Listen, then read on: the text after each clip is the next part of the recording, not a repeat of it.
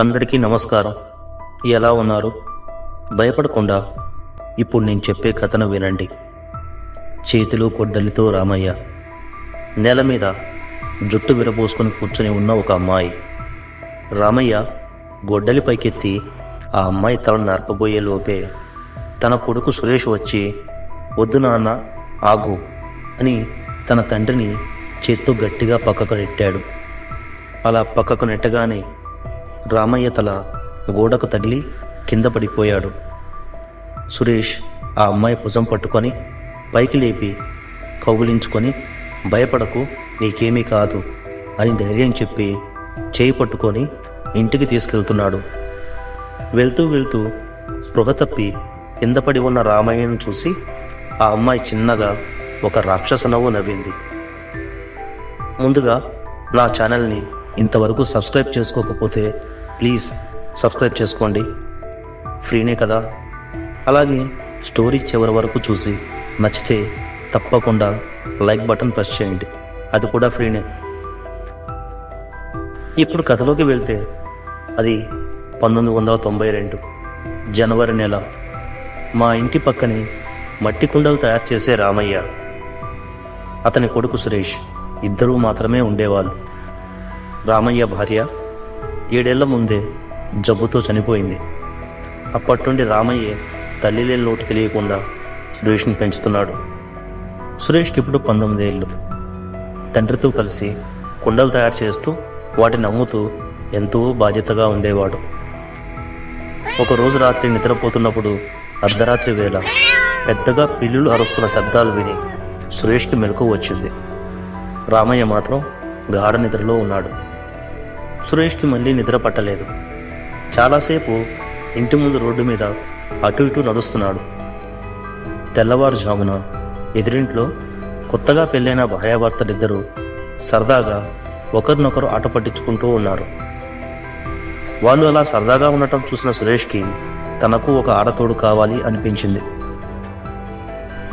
అప్పట్లో ఆరు బయటికి వెళ్ళాలంటే అంతా తెల్లవారుజామునే లేచి ఊరి చివర కాలువ గట్టుకు వెళ్లాల్సిందే. ఆడవాళ్ళు మాత్రం పక్కనే ఉన్న చింత తొక్కు వెళ్తుంటారు. సురేష్కి రాత్రి సరిగ్గా నిద్ర పట్టలేదు కనుక రోజు వెళ్లే సమయం కన్నా ముందే ఆ రోజు కాలువ గట్టుకు బయలుదేరాడు. పొగ మంచు ఎక్కువగా ఉంది. ఎదురుగా దారి కూడా సరిగ్గా కనపడటం లేదు. అప్పుడే తన ముందు ఎవరో ఆడమనిషి నడుస్తున్నట్టు కాలి కజ్జల శబ్దం వినిపించింది.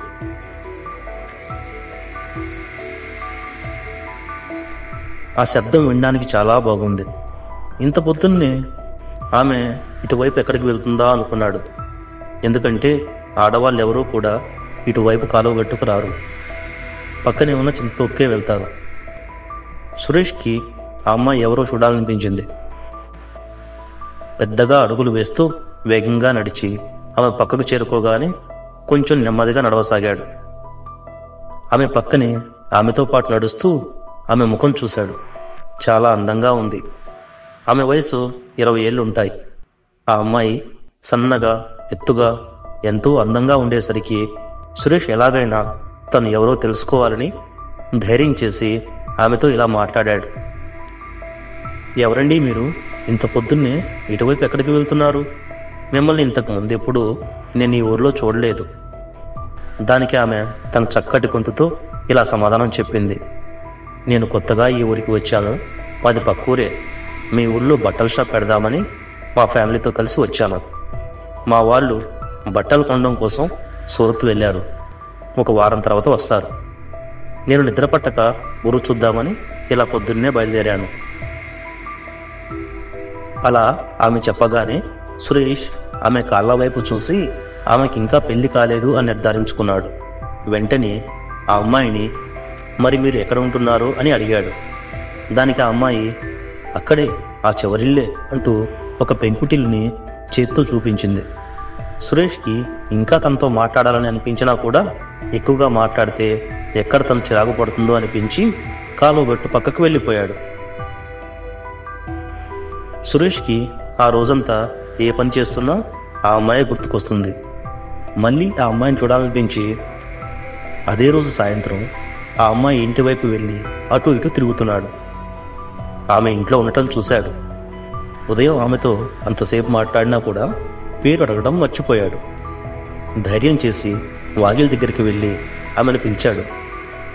ఆమె సురేష్ని ఇంట్లోకి పిలిచింది. ఇద్దరూ చాలాసేపు మాట్లాడుకున్నారు. ఆమెను చూస్తున్నంతసేపు సురేష్లో ఒక తెలియని ఆనందం. ఆమె చూపులోనే ఏదో ఆకర్షణ ఉంది. సురేష్ ఇంటికి వెళ్దాం అనుకున్నా కూడా ఆమె ఇంకొంచెం సేపు ఉండమని కోరడంతో అతను కాదనలేకపోయాడు. ఆ తర్వాత ఆమె సురేష్ దగ్గరగా వచ్చి కూర్చుంది. ఎంత దగ్గరగా అంటే ఆమె భుజం సురేష్కి తాకింది. ఆ తర్వాత ఎలా జరిగిందో ఏమో తెలియకుండానే ఇద్దరూ ఒకటయ్యారు. అది మొదలు సురేష్ ఇంట్లో ఏదో ఒక సాకు చెప్పి తరచూ ఆమె దగ్గరికి వెళ్తూ ఉండేవాడు. అది కూడా ఉదయం పూట లేదా చీకటి పడిన తర్వాత. అసలు సూరత్కి బట్టలు కొనడానికి వెళ్ళిన ఆ అమ్మాయి ఫ్యామిలీ గురించి సురేష్కి గుర్తే లేదు. అలా కొద్ది రోజుల తర్వాత ఎంతో ఆరోగ్యంగా ఉండే సురేష్ చాలా సన్నగా బలహీనంగా మారుతున్నాడు. అది గమనించిన రామయ్యకి తన కొడుకు ఎక్కువగా బయటికి వెళ్ళి రావటం, ఇంకా సన్నబడటం కంగారు పుట్టించింది. డాక్టర్ దగ్గరికి తీసుకెళ్లి చూపించినా కూడా ఎలాంటి అనారోగ్యం లేదని చెప్పాడు. అదే సమయంలో ఊరిలో ఇద్దరు చిన్నపిల్లలు కనపడకుండా పోవటం జరిగింది. దాంతో ఊళ్ళో వాళ్ళు వాళ్ళ పిల్లల్ని బయటికి పోనివ్వట్లేదు. సురేష్ మాత్రం ఎప్పట్లాగానే ఆమె దగ్గరికి వెళ్ళి వస్తూ ఉండేవాడు. ఒకరోజు రామయ్యకి సురేష్ మీద అనుమానం కలిగింది. ఎందుకంటే ఒక్కరోజు కూడా సురేష్ ఫ్రెండ్స్ ఎవరో సురేష్ కోసం ఇంటికి రాలేదు. కానీ సురేష్ మాత్రం రోజు వెళ్తుంటాడు. అందుకని ఒకరోజు రామయ్య సురేష్కి తెలియకుండా సురేష్ని ఫాలో అయ్యాడు. సురేష్ నేరుగా ఆ అమ్మాయి ఇంట్లోకి వెళ్ళడం చూసి రామయ్య కిటికీ గుండా లోపల ఏం జరుగుతుందో అని చూస్తున్నాడు. అప్పుడే రామయ్య తను ఏమి చూస్తున్నది నమ్మలేకపోయాడు. తన కొడుకు సురేష్ వెళ్ళి ఒక దయ్యాన్ని కౌగిలించుకున్నాడు. ఆ తర్వాత ఇద్దరు గదిలోకి వెళ్ళడం గమనించాడు. అప్పుడు కానీ తనకు అర్థం కాలేదు. కొన్ని రోజుల నుండి సురేష్ బయటికి వెళ్తున్నాడని చెప్పి వచ్చి ఈ దయ్యంతో కాపురం చేస్తున్నాడని, అందుకే అతను ఇలా బలహీనంగా మారిపోయాడని. నెమ్మదిగా తిరిగి ఇంటికి వెళ్ళి ఏం చేయాలా అని ఆలోచనలో పడ్డాడు. సురేష్ ఆ రాత్రి కూడా ఆలస్యంగా ఇంటికి వచ్చాడు. అంతా తెలిసినా సరే రామయ్య సురేష్ని ఒక్క మాట కూడా అడగలేదు. తన కొడుకుని ఆ దయ్యం బారి నుండి కాపాడుకోవాలి అని భైరవ భవనకి బయలుదేరాడు. అక్కడ చాలామంది స్వాములు, అఘోరీలు ఉంటారు. ఒక అఘోరీ బాబాని కలిసి జరిగిందంతా చెప్పాడు. అప్పుడు ఆ అఘోరీ బాబా రామయ్యతో ఇలా అన్నాడు. చూడు రామయ్య, ఆ అమ్మాయి ఒక కామపిశాచి. తనకు యుక్త వయసులో ఉన్న మగవాళ్లే కావాలి. తన దగ్గరికి వెళ్లే మగవాడి శక్తి రోజు రోజుకి క్షీణించి చివరికి మంచం పట్టి చనిపోతాడు.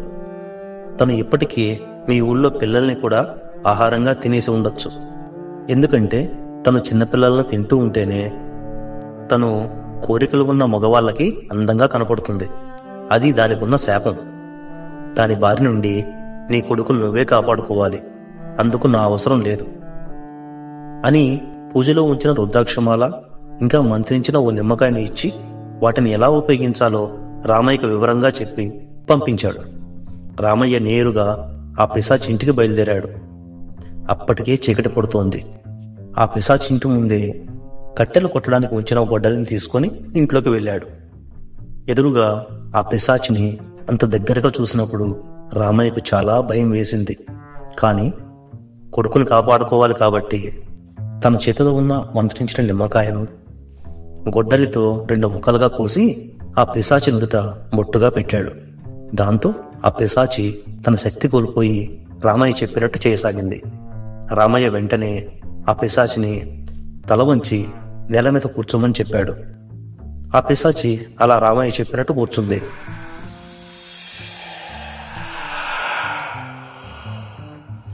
చేతిలో గొడ్డలతో రామయ్య నేల మీద జుట్టు విరబూసుకుని కూర్చుని ఉన్న ఆ పిశాచి రామయ్య గొడ్డలి పైకెత్తి దాన్ని తల నరకబోయే లోపే తన కొడుకు సురేష్ వచ్చాడు. వద్దు నాన్న ఆగు అని తన తండ్రిని చేత్తు గట్టిగా పక్కకు నెట్టాడు.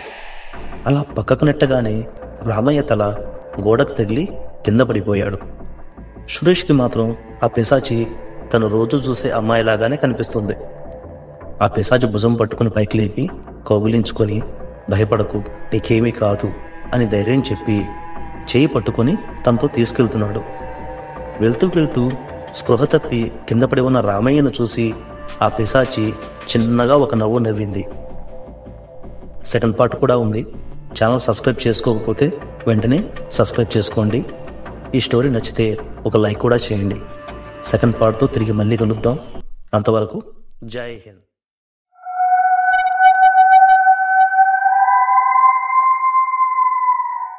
Subscribe to Skull Telugu Horror Stories.